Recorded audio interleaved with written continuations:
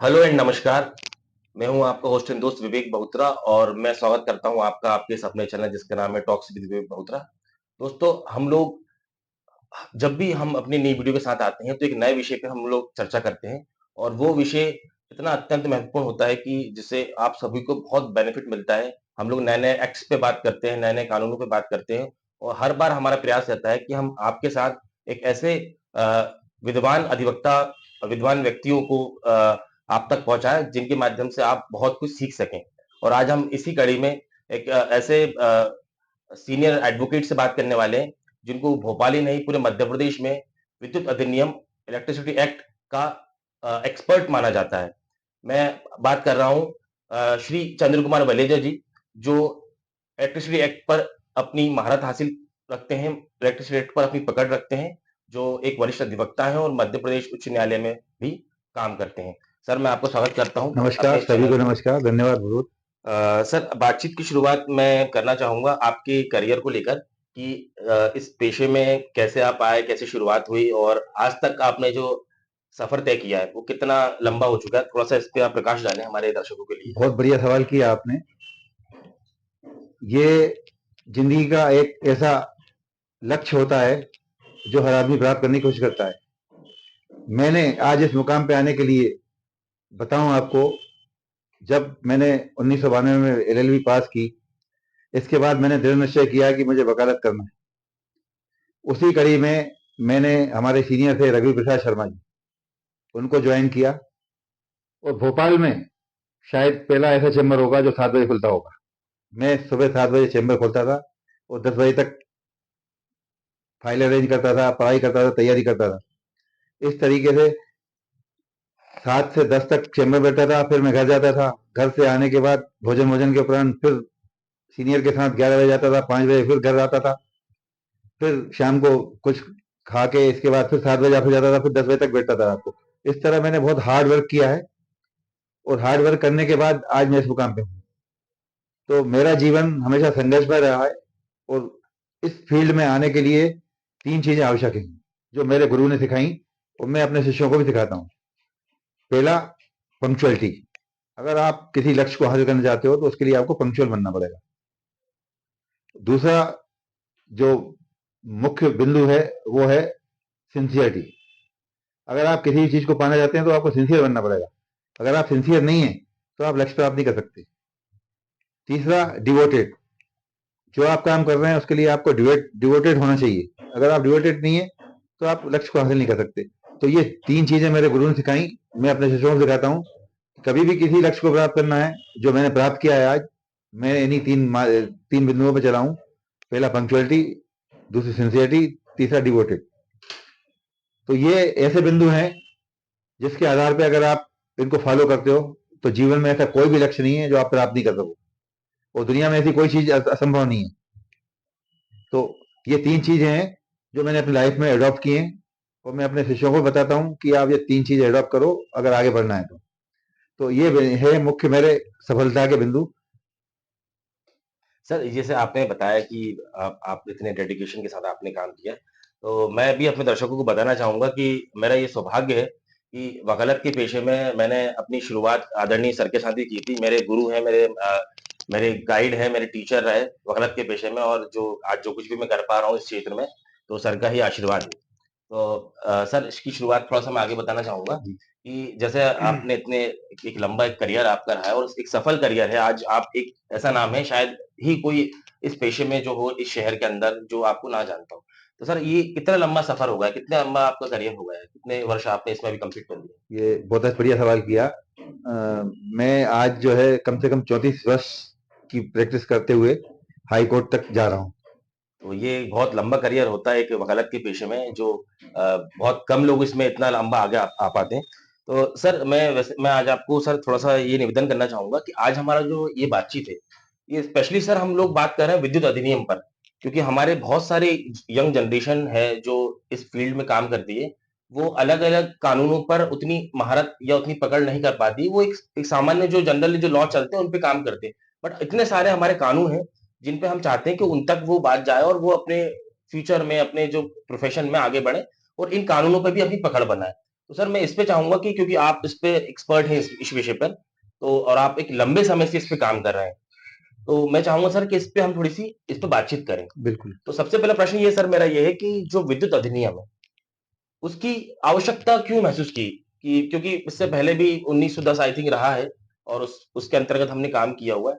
तो इस नए कानून की आवश्यकता क्यों पड़ी और थोड़ा-सा इस पे ब्रीफ कर दें आवश्यकता और इसकी इम्पोर्टेंस पे? बहुत बढ़िया सवाल किया आपने। सबसे पहले मैं आपको बताऊं कि किसी भी, जैसे मैंने बात की थी, किसी भी लक्ष्य को हासिल करने के लिए तीन चीजें, पंक्चुअलिटी, सिंसियरिटी और डिवोटेड होना जरूरी है। अगर आजकल जो जनरेशन आ रही है वो इस चीज को छोड़ के एक जंप मार के जो है आगे बढ़ना चाहती है, बेसिकली शॉर्टकट कह सकते हैं इसको। शॉर्टकट में आगे बढ़ना चाहती है, इसलिए जो है ज्यादा लीगल नॉलेज नहीं रहती है और प्रैक्टिस में सफल नहीं हो पाते हैं। अब जहां तक इलेक्ट्रिसिटी की बात करी है आपने, ये सही बात है कि 1910 इलेक्ट्रिसिटी एक्ट था, चल रहा था, उसके अंतर्गत सारे जो है विद्युत विभाग चल रहा था। लेकिन उस समय जो है बिजली की चोरियां अधिक हो रही थी, जिससे शासन को नुकसान पहुंच रहा था बहुत ज्यादा। और नुकसान पहुंचने की वजह से जो है शासन को घाटा हो रहा था।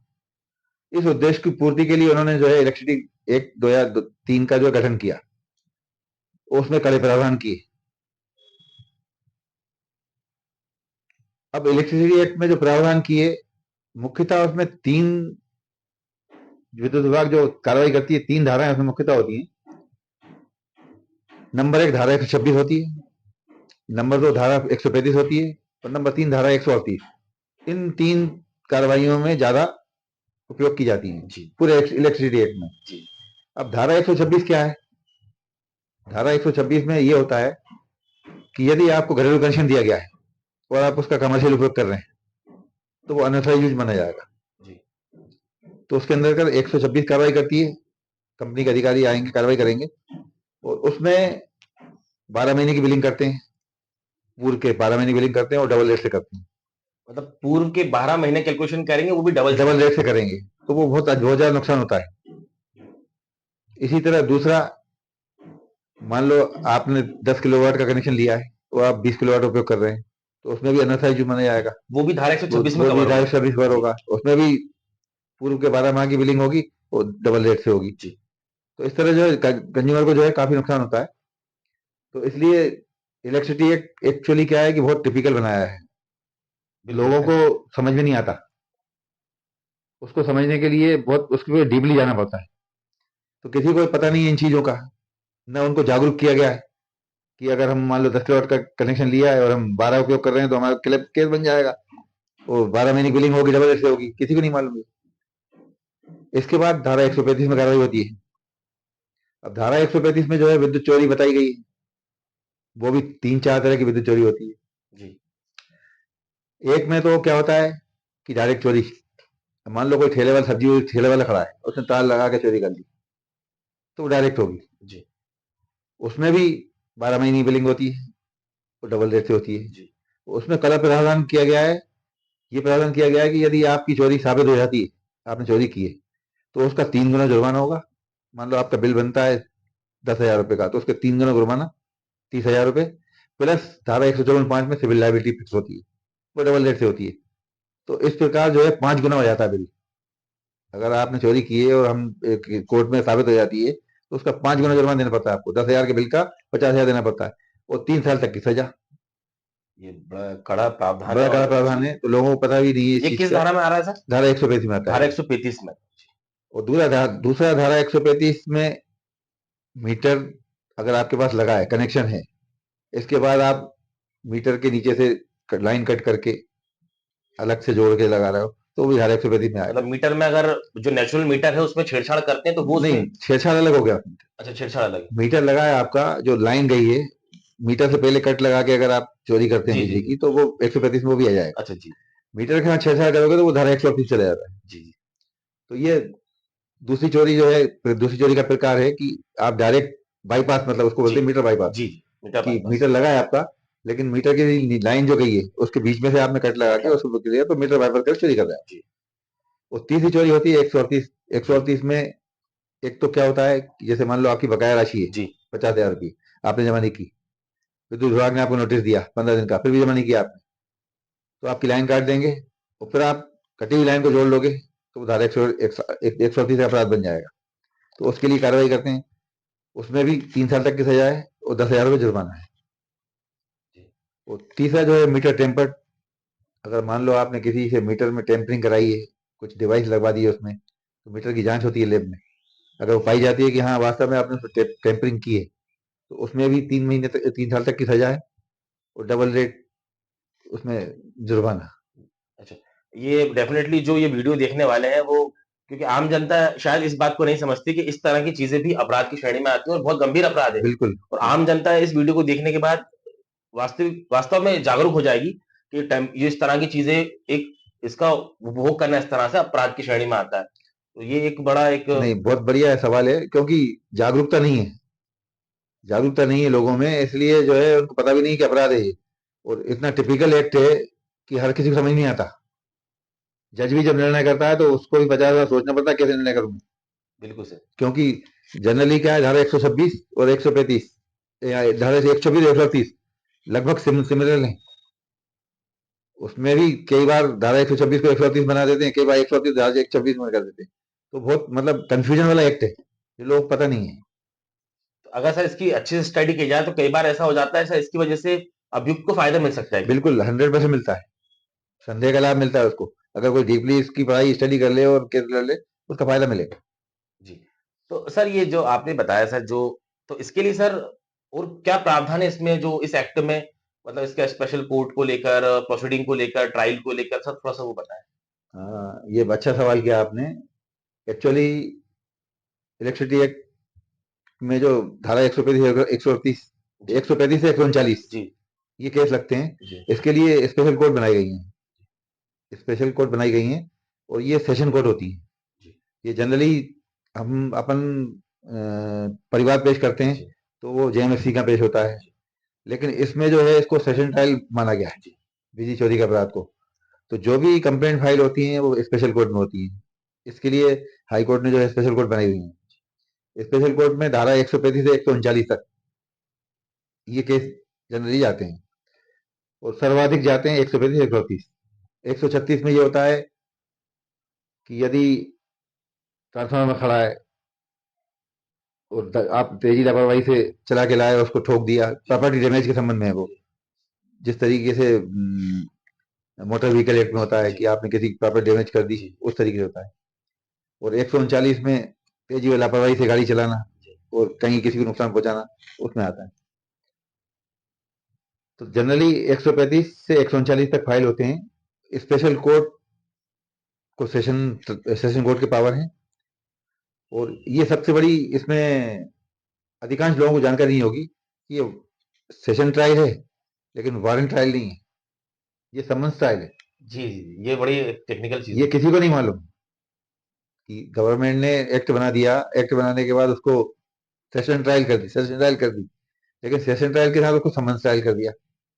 तो सर ये मतलब समन ट्रायल क्या, क्या थोड़ा-सा और क्या स्पेसिफिक थोड़ा बताएँगे आप? समन्स ट्रायल में जनरली क्या होता है कि ज्यादा स्कोप नहीं होता। समन्स ट्रायल में ज्यादा स्कोप नहीं होता, मतलब परिवार पेश कर दिया आपने, सामने वाला हाजिर हो गया, जी, उसने जी। जमानत करा ली और ट्रायल शुरू हो गई।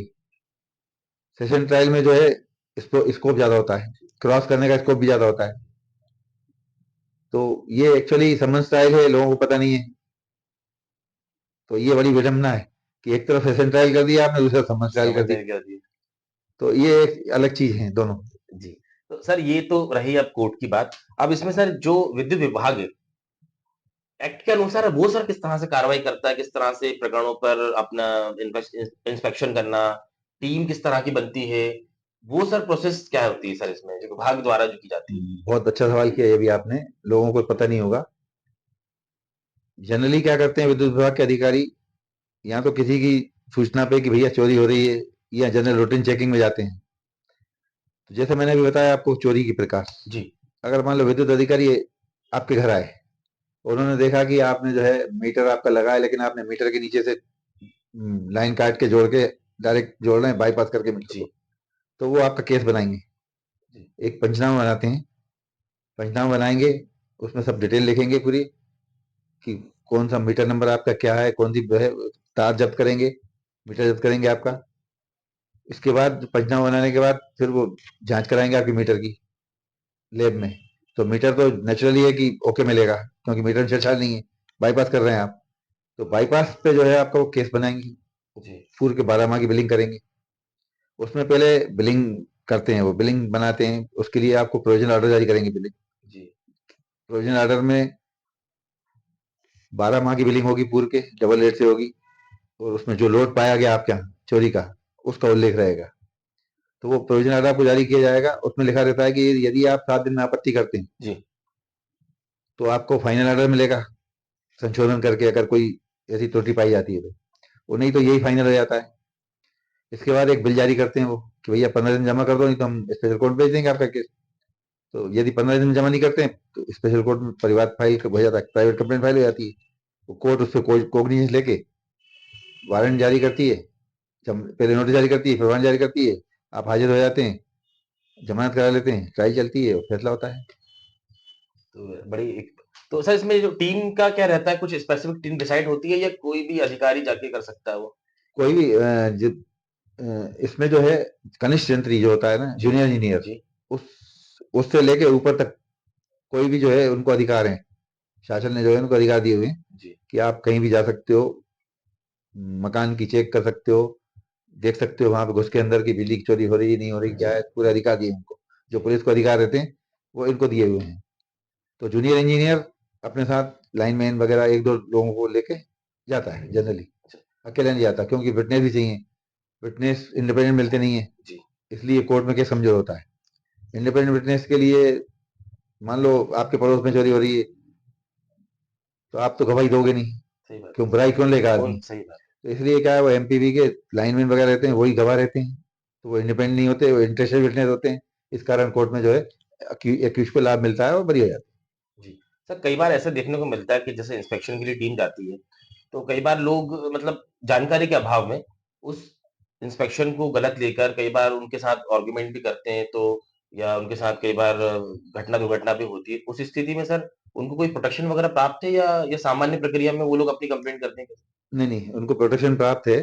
और वो चूंकि शासकीय कंपनी है, मध्य प्रदेश विद्युत कंपनी, और शासकीय कंपनी होने के नाते जो है सरकारी काम में बाधा पहुंचाना, 353 का जो है केस दर्ज होता है। जी, जो अगर बाधा पहुंचाते हैं जी, शासकीय कार्य में, जी। तो रिपोर्ट होती है उनकी, 353 कार्रवाई होती है और केस चलता है कोर्ट में।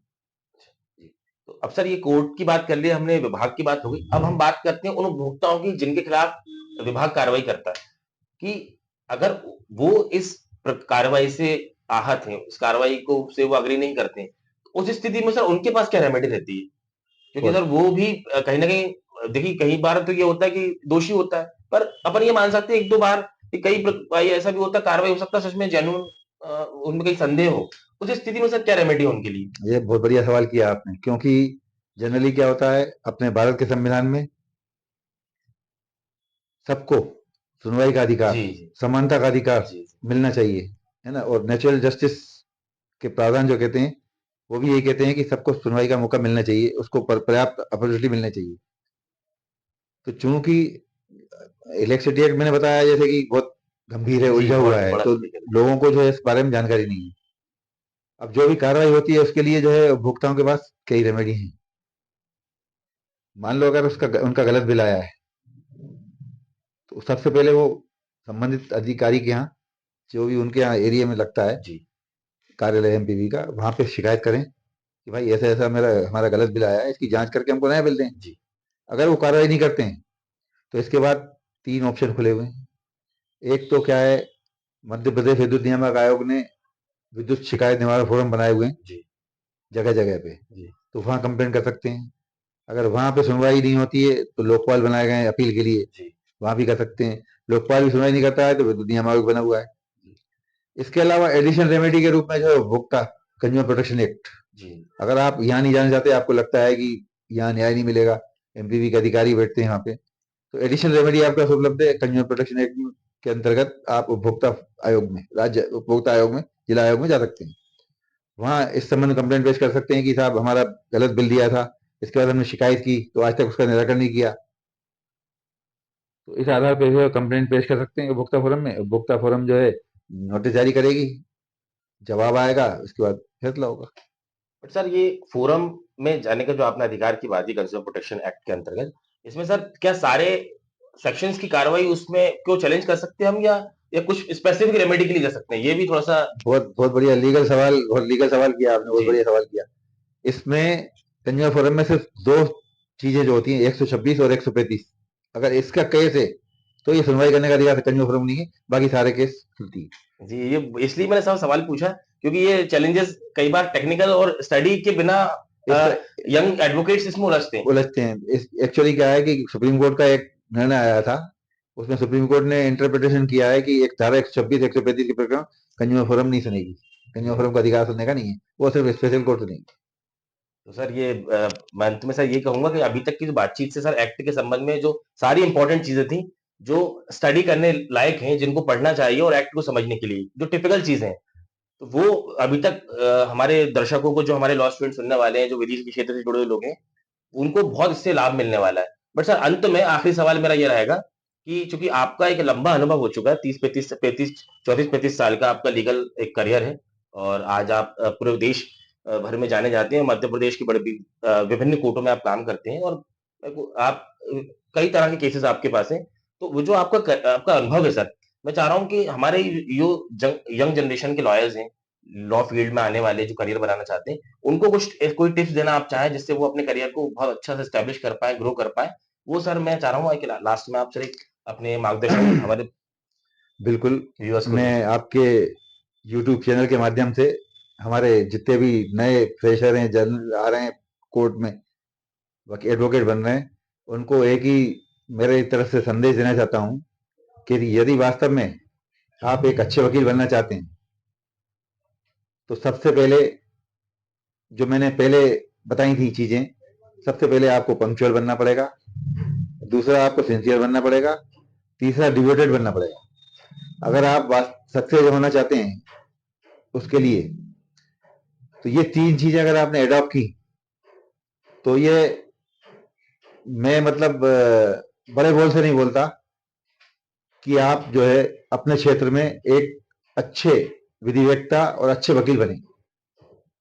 दूसरा, जब भी आप कोर्ट में जाएं, सबसे पहले फाइल पढ़ें। फाइल पढ़ने से ये होगा कि आप जब बहस सुनेंगे या गवाही देखेंगे, तो उससे आपको काफी सीखने को मिलेगा। बिना पढ़े खड़े होने से कोई मतलब नहीं है, आप कुछ नहीं सीख पाएंगे। तीसरा, जब भी आप किसी केस की अगर तैयारी करके जाते हैं, तो पहले उसके संबंध में जजमेंट देख लें कि सुप्रीम कोर्ट, हाई कोर्ट ने क्या कहा है इस पॉइंट पे, वो आपके फेवर में है या नहीं है। उसको पढ़ने के बाद उसको साथ रखें अपने, इसके बाद कोर्ट में जाएं, तो ये बहुत आपके लिए यूजफुल होगा, और आपको कोई भी सफल वकील होने से नहीं रोक सकता। Sir thank you so much, आपने ये हमारे यंग जनरेशन के लिए ऐसा टिप्स दिए, ये उनके लिए बहुत यूज़फुल होने वाले हैं, और इवन मैं भी वो सुन रहा हूँ इसको, तो मुझे भी बहुत कुछ सीखने को मिला। ये जो बातचीत है, आज की जो कन्वर्सेशन है, ये एक बहुत फलदायक रही, फ्रूटफुल रही, और मैं तो आपके आशीर्वाद से अपना काम वकालत के क्षेत्र में कर ही रहा हूँ, और बहुत कुछ सीख रहा हूँ, और आज भी आपसे बात करके मुझे एक एक सौभाग्य की अनुभूति हो रही है, खुशी की, कि आपसे मुझे बातचीत करने का मौका मिला। मैं आपका बहुत-बहुत आभार व्यक्त करता हूँ। धन्यवाद, आप लोगों ने जो है मौका दिया। आप सभी का भी धन्यवाद, जिन्होंने अपना अमूल्य समय निकाल कर इस वीडियो को सुना। Thank you so much.